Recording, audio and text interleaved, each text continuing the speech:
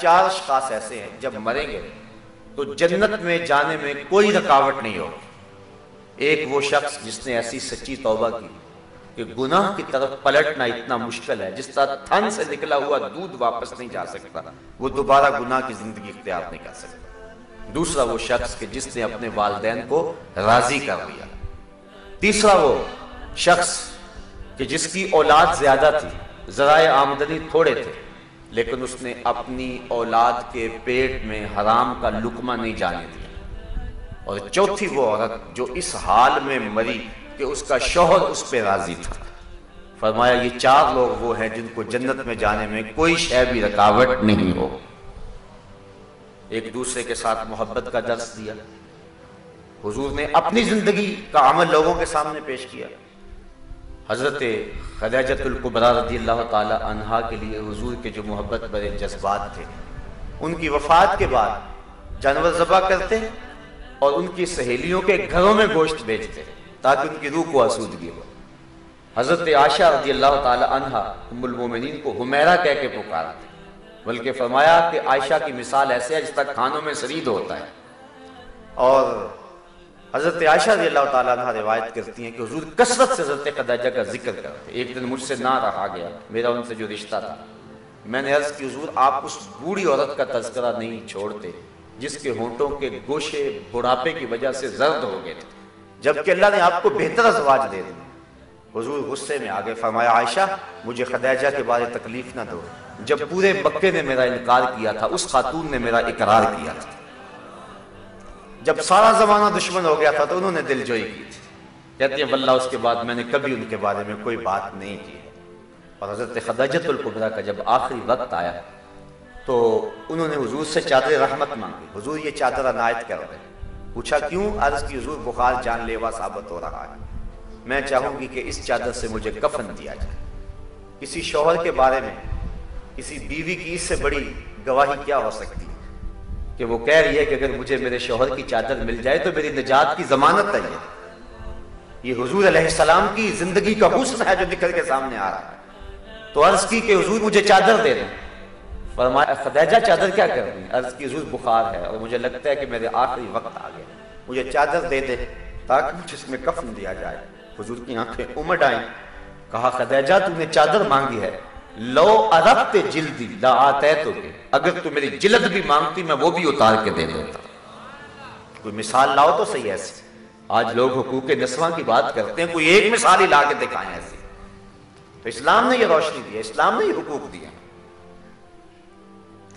اسی طرح تمام مسلمانوں کو ایک دوسرے کے حقوق ادا کرنے کی تاکید کی اور ان حسن سلوک کا درس دیا، بلکہ فرمایا مومنوں کی مثال ایسے ہے جس طرح ایک جسم ہوتا ہے، جسم کے کسی حصے کو تکلیف پہنچے تو سارا جسم بخار میں مبتلا ہو جائے۔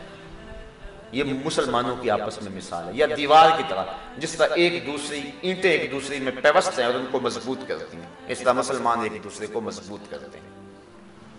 اخوت اس کو کہتے ہیں، چبھے کانٹا جو کابل میں تو دلی کا ہر پیر و جواں بےتاب ہو جائے۔ آج کہا جاتا ہے ہم نے پوری دنیا کا ٹھیکہ تو نہیں لیا ہوا، کیوں نہیں لیا ہوا؟ ہمیں اسلام نے سکھایا یہ ہے۔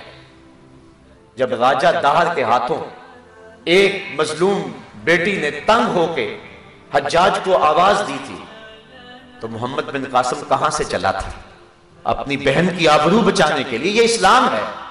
آج عافیہ صدیقی تڑپ رہی ہے اور جیل خانے کی دیواروں کے ساتھ سر پٹک رہی ہے، اور 56-57 اسلامی ممالک میں کسی کی غیرت نہیں جاگتی، کسی حکمران کو توفیق نہیں ہے کہ ان سے کہا جائے ظالمو یہ ہماری قوم کی بیٹی ہمیں واپس دو۔ آج کہا جاتا ہے ہمیں کیا لگے؟ عجیب صورتحال ہے، عجیب رنگ ہے۔ مسلمانوں کی مثال یہ ہے کہ ایک کو تکلیف ہو سارے بےتاب ہو جاتے۔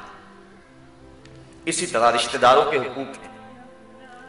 اللہ تعالیٰ نے ارشاد فرمایا ان اللہ یامر بالعدل والاحسان وایتاء ذی القربى، اللہ تعالیٰ تمہیں عدل و احسان کا حکم دیتا ہے اور قربا یعنی رشتہ داروں کے ساتھ اچھائی کا، ان کو دینے کا اور ان کو عطا کرنے کا حکم دیتا ہے۔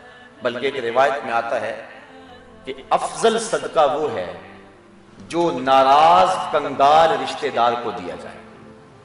رشتہ دار ناراض ہے تم سے، تمہارا شریک بنا ہوا ہے، حالانکہ یہ بھی ایک عجیب اصطلاح ہے. شریک کا معنی ہے دکھ درد میں شریک، مصیبتوں میں شریک، خوشی غمی میں شریک، اور ہم نے شریک بمعنی دشمن بنایا ہوا ہے.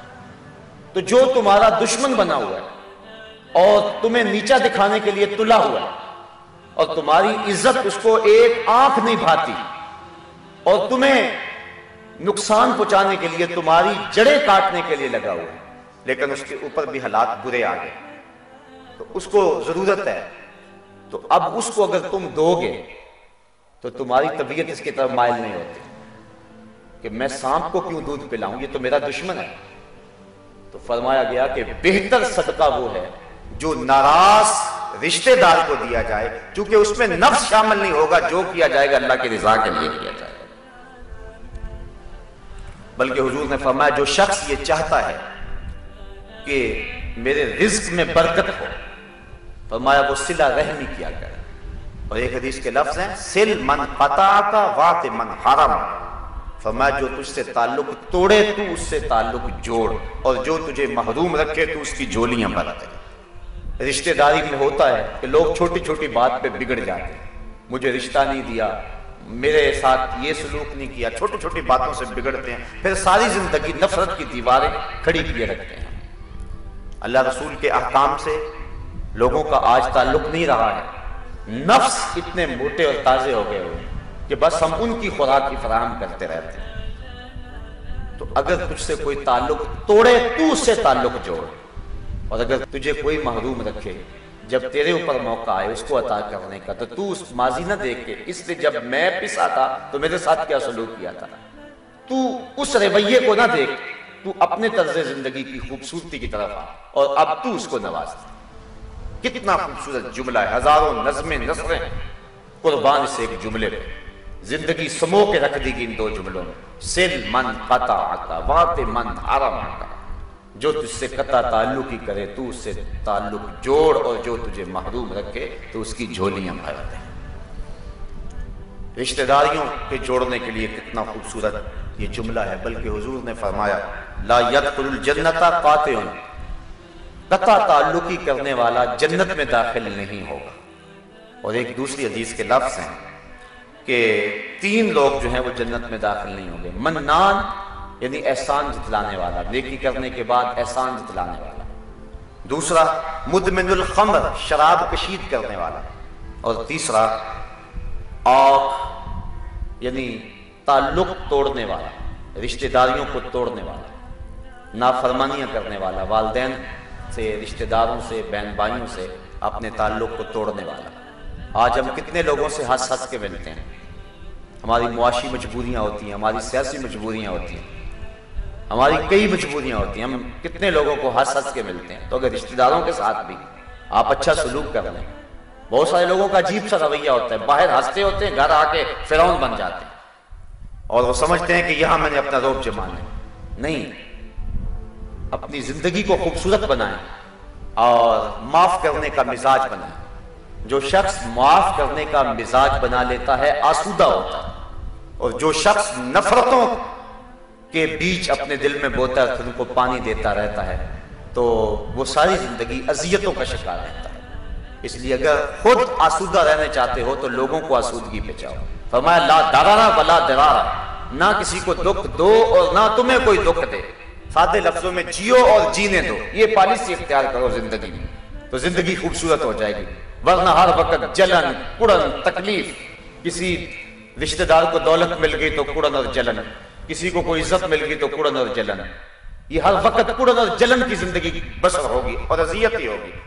تمہارا حسد، تمہاری کڑن، تمہارا جلنا اس کی عزتوں کو نہیں چھین سکے گا. اس لیے تم اپنا مزاج اچھا بناؤ. کسی کی طرف جب انگلی اٹھاتے ہو تو سوچا کرو کہ باقی انگلیاں تمہاری اپنی طرف اٹھتی ہیں، تو مت کسی پہ انگلی اٹھاؤ. معاف کرنے کا مزاج ڈالو، صلہ رحمی اپنا شعار بناؤ، اور اس سے معاشرے کے اندر حسن پیدا ہو. اللہ اکبر. اسی طرح ہمسائے کے حقوق ہیں.